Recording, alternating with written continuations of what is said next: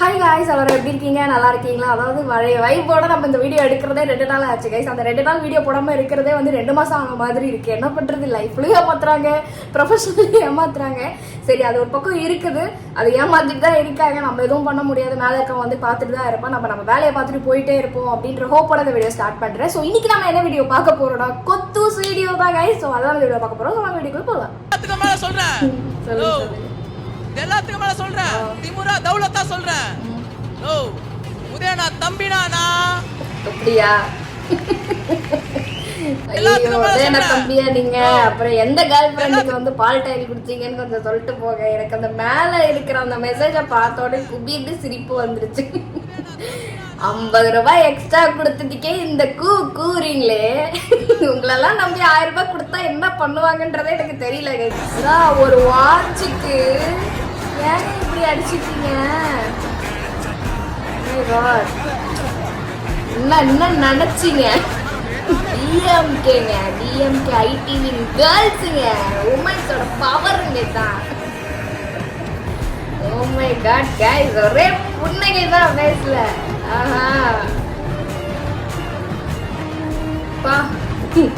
தலைமுடியெல்லாம் பிடிச்சி இழுத்துட்டு போறாங்க. அப்படி ஏங்க வாட்ச் வாங்குறீங்க?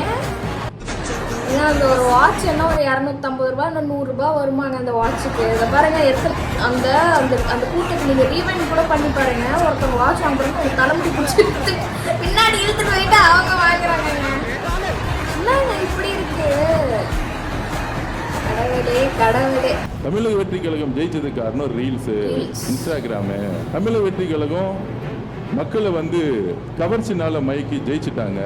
தைரியம் இருந்தா, தில் இருந்தா திராவிட முன்னேற்ற கழகம் இந்த எலெக்ஷனுக்கு சோசியல் மீடியாவுக்கு எவ்வளவு செலவு பண்ணாங்கன்னு காமிக்க சொல்லுங்க. ஓப்பனா முதலமைச்சர் மு.க. ஸ்டாலின் நம்ம கேள்வி கேட்போம். 300 கோடி 400 கோடி கடந்த ஒரு வருஷமா எலெக்ஷனுக்கு முன்னாடி செய்தி விளம்பரத்தோட மூலியமா முன்னாள் முதலமைச்சர் மு.க. ஸ்டாலின் அவர்களை விளம்பரப்படுத்துறதுக்கு மட்டும் எத்தனை ஆயிரம் கோடி செலவு பண்ணி வெள்ளை அறிக்கை விடணும்.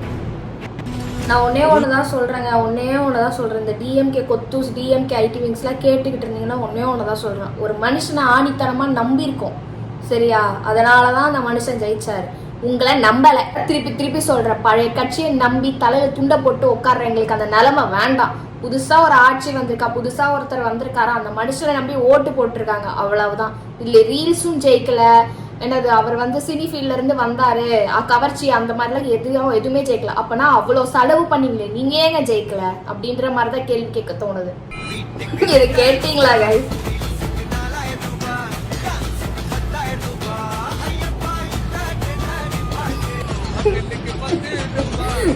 சேம் பட் டிஃபரண்ட் அப்படின்ற மாதிரிதான் கைஸ். இந்த சாங் மட்டும் வந்து செந்தில் பாலாஜி கேட்டா என்ன ஆவாரு? கேட்டுற மாதிரி நேரத்துக்கு அவர் மைண்ட் செட் என்னவா இருக்கும் நான் வந்து யோசிச்சுட்டு இருக்கேன். இது நமக்கு ஒன்னும் எழுதுறது இல்லையே. ஒரு எதிர்கட்சி தலைவர், முன்னாள் முதலமைச்சர் இருக்கின்ற இடமே இல்லாமல் மக்களால் இன்றைக்கு தூக்கி எறியப்பட்டிருக்கிறோம், இன்றைக்கு அறிக்கை விட்டுக் கொண்டிருக்கிறார். நீங்க வேறங்க, அந்த மனுஷன் எம்எல்ஏ கூட கிடையாதுங்க. நீங்க வேற. அதற்கு மேலே இங்க எடப்பாடி பழனிசாமி அவர் எப்படி, அவரு என்ன சொந்தமா ஜெயிச்சாரா? அது ஒண்ணும் பிரச்சனை இல்ல அப்படின்ற மாதிரிதான் இருந்தால் அவரும் இன்றைக்கு போயிருப்பார். அதான் நடந்திருக்கு. முதலை பேரம் என்று சொன்னார்கள். நினைச்சு பாருங்க, அந்த எடப்பாடி தொகுதியில மட்டும் டிவிகே எம்எல்ஏ அதாவது வேட்பாளரை வந்து கடத்தாம இருந்திருந்தா இந்நேரம் வந்து 2 தோத்து கட்சியும் வந்து எங்க போய் குமுறின்னு இருப்பாங்கன்னு எனக்கு தெரியல. நேரம் நடைபெற்றுக் கொண்டிருக்கிறது. திராவிட முன்னேற்ற கழகம், அனைத்து இந்திய அண்ணா திராவிட முன்னேற்ற கழகம் இணைந்து ஒரு ஆட்சியை கொண்டு வரலாம் என்று சொன்னால் ஆல்ரெடி நொட்டிக்கிட்டு போய்கிட்டு இருக்கு. ஒவ்வொரு கட்சி தனித்து நின்னாலே நொட்டிக்கிட்டு போயிருக்கோம். இதுல வந்து சேர்த்து நின்று என்னத்த சொல்றது? தமிழக வெற்றி கழகத்துடைய தலைவராக இருக்கிற இன்றைய தமிழக முதலமைச்சர், என்றைக்கும் தமிழ்நாட்டுடைய முதலமைச்சராக இருக்கிற தளபதியால் மட்டும்தான் முடியுமே தவிர எவராலும் அவ்வளவுதான். அடுத்த 30 வருஷத்துக்கு ஒன்னும் அசைக்க முடியாது, அவ்வளவுதான். நெருக்கடி நேரத்தில் விரைந்த சிங்கப்பெண் சிறப்பு அதிரடி படை. இப்ப சாட்டை ஓட்டை கண்ணெல்லாம் படுதா? ரகளையில் ஈடுபட்ட 3 ரோஸ்ட் பிரதர் புருஷன் கொண்டாடி இருப்பாரு. புருஷன் அவங்க கண்ணாடி போட்டிருப்பாரு, அவர் கண்ணெல்லாம் தெரியல. இப்போ போது சிவகாசியில் பொதுமக்களுக்கு இடையூறு விளைவித்து பெண்ணிடம் அத்துமீறி ரகளையில் ஈடுபட்ட 3 சரித்திர பதிவேடு குற்றவாளிகளை சிவகாசி நகர போலீசாருடன் இணைந்து சிங்கப்பெண் சிறப்பு அவ்வளவுதான். இனிமே ஃபுல் ஃபோர்ஸ் இந்த மாதிரி கேஸுங்களை புடிச்சு விளையாடுறதுதான். கடைசியா என்னைய பேச விடுறாங்க. நான் ஒன்னும் பெருசாலாம் அப்படி பேச மாட்டேன். ஆனா பாத்தீங்கன்னா எனக்கு அந்த பயத்திலேயே நான் வர வேண்டியதா இருக்குது. இவங்க இதெல்லாம் நம்ம பேசலாமான்னு நம்ம நினைக்கும் போது பார்த்தா அவங்க எல்லாத்தையும் பேசி முடிச்சிடுறாங்க. என்ன பண்றதுன்னு தெரியல. இனிமேல்ட்டு முன்னாடினா அது புரோட்டோகால்னுவாங்க. இனிமேல்ட்டு அந்த புரோட்டோகால்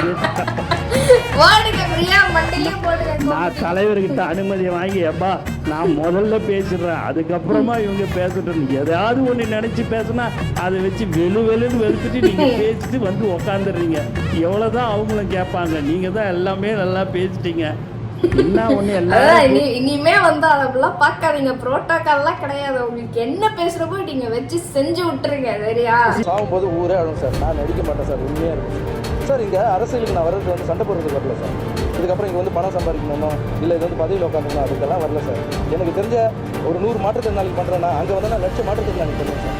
எனக்கு தெரிஞ்ச கஷ்டப்படுறவங்க சாப்பிட்றவங்க ஒரும நிலையில் இருக்கிறவங்களுக்கு இப்போ முடிஞ்சு 1 லட்சம் பேருக்கு பண்ணுறேன். நாங்கள் வந்து கோடி மெம்பருக்கு என்னால் பண்ண முடியும் சார். சார் பணம் லைஃப் இல்லை சார். வாழும்போது மனுஷன் எப்படி வாழ்ந்தா எப்படி செட் ஆகிறது தான் சார்.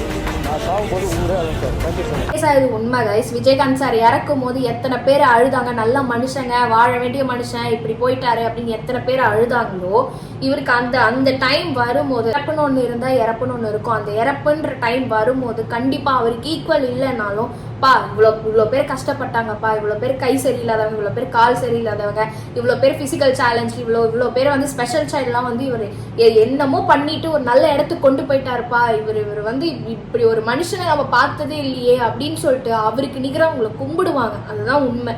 என்ன கேள்வினாலும் உடனடியாக கேளுங்கன்றீங்க, காத்திருக்கிறேன்னு சொல்றீங்க. இதே பயிற்சி உங்களுக்கு முதலமைச்சர் விஜய் கொடுக்கலாமே சார். இப்படி சொல்லக்கூடாது.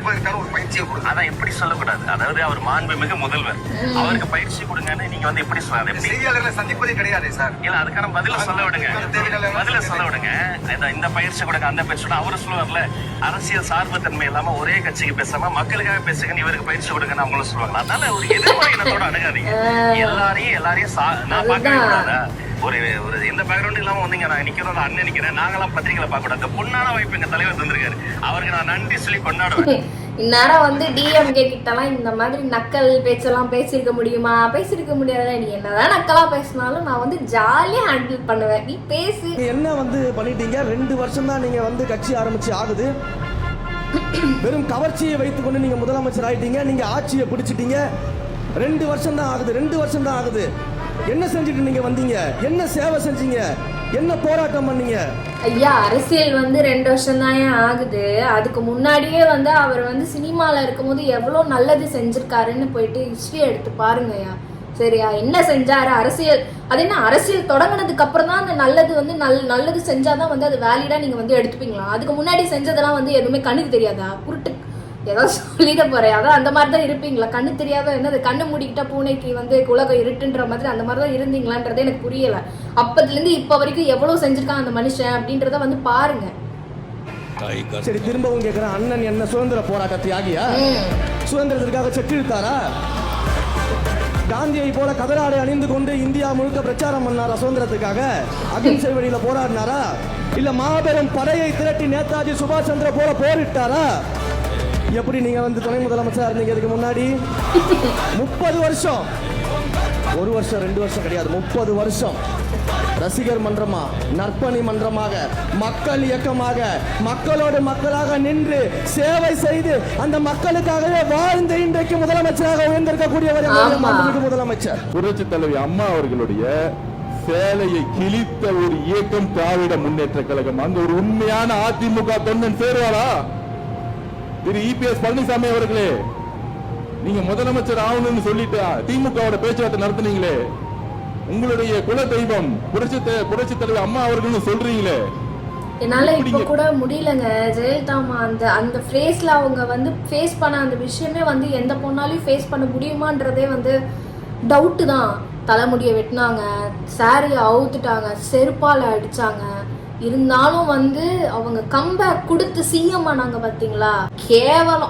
கேவலம் ஒரு பதவிக்காக நான் போய் ஜாயிண்ட் அடிச்சுக்கிறேன் அப்படின்னு சொன்ன உங்களை மாதிரி ஒரு கேவலமான பிறவியை நான் பார்த்ததே இல்லை. பேச்சுவார்த்தை பேசுறதுக்கு உங்க மனசு வந்துச்சு எப்படி? நீங்க தான் சொல்றீங்களே அதுதான் கஷ்டப்பட்டு மக்களுக்கு பண்ணி ஓட்டு போட்டு அப்படி வந்திருந்தா பரவாயில்ல. இவங்க வந்து காலில் விழுந்துல வந்து பதவியை வாங்கினாங்க. அதனால வந்து அதை பத்தி எதுவுமே பொருட்டா இல்லை. நம்ம யார் காலில் வேணாலும் விழுந்துக்கலாம், யார் கூட வேணாலும் ஜாயிண்ட் அடிச்சுக்கலாம், நமக்கு பதவி வேணும், நமக்கு ஆட்சி வேணும் அப்படின்ற ஒரு மைண்ட் செட்ல இருந்து இப்படிதான் போகும் புத்தி. 89ல இருந்து அம்மா கூட இருக்கிறேன்னு, 87ல இருந்து அம்மா கூட இருக்கிறேன்னு. அப்ப நீங்க பாத்திருக்கீங்கல்ல சட்டசபையில அம்மாவோட சேலையை கிழிச்ச ஒரு இயக்கம் திமுகன்னு நீங்க பாத்திருக்கீங்கல்ல. அப்ப அம்மா உங்க மைண்ட்ல இருந்து போயிட்டாங்களா? புரட்சி தலைவர் அம்மா அவர்கள் போயிட்டாங்களா? எனக்கு என்னமோ வந்து டிஎம்கே மீட்டிங் மாதிரிலாம் தெரியல. கிராஜுவேஷன் பசங்க எல்லாம் வந்து கூட்டு வந்து பேரண்ட்ஸ் கிராஜுவேஷன் நடத்தினா எப்படி இருக்கும் அந்த மாதிரி கொண்டாடிட்டு இருக்காங்க அவங்க. சுத்துல துண்ட சுத்துல தூக்கி ஸ்டாலின் மூஞ்சில அடி. நல்லா ஆடுறாங்கப்பா அந்த ஆண்டி. விரல்கள் மோதி நான் நெஞ்சம் உடைந்து போனேன். அழகா இருக்காருங்க. சிரிப்பில் விரும்பி மாட்டிக்கொண்டேன், நான் திரும்பி போக மாட்டேன். அதுவும் சமத்தா உட்காந்துட்டு சிஎம் சமத்தா உட்காந்துட்டு. இன்னொரு பக்கம் நம்ம அந்த குழந்தைய வந்து பார்த்து ரசிச்சுட்டு இருந்தாலுமே வந்து 20-23 பேரை வந்து காப்பாத்தின அவங்க அப்பாவுக்கு வந்து நம்ம நிஜமாவே வந்து சல்யூட் தான் கைஸ் அடிக்கணும். சீரியஸாவே வந்து அது பெரிய விஷயம். ஒருத்தர் ஃபேஸ் தான் முக்கியமே, சரியா? அந்த ஃபேஸ்க்கு ஏதாவதுனா அது ரொம்ப காம்ப்ளெக்ஸ் ஆகி ஒரு மாதிரி ஆயிடும். பட் எதை பத்தியுமே கவலைப்படாம அவர் உயிரை வந்து ஒரு பொருட்டாவே நினைக்காம அவர் வந்து போராடி காப்பாத்திருக்காரு பாத்தீங்களா. சீரியஸாவே ஹேட்ஸ் ஆஃப் சார். ஐயோ அழகு. அன்னைக்கும் இன்னைக்கும் என்னைக்கும் குழந்தைங்கனாலே வந்து விஜய் சார் தான் போல இருக்கு. ஏதாச்சும் ஒரு பாட்டு பாடு எங்களுக்காக. விஜய் சார் பாட்டு ஏதாச்சும் ஒன்று பாடுங்களேன். ஏதாச்சும் பாட்டு பாடுவாரா இவரு? ஒரு வீடியோ ஒன்று பார்த்தேன், இவர் அழகா பாட்டு பாடுறது ரொம்ப சூப்பரா இருந்துச்சு. பாட்டு பாட வைக்கலாமா? ஒரு பாட்டு பாடுங்களேன், இவ்வளவு பேர் உங்களுக்காக வந்திருக்காங்கல்ல. தளபதி பார்த்து வந்தா அரசாண வைக்கிறோம். தளபதி வந்தா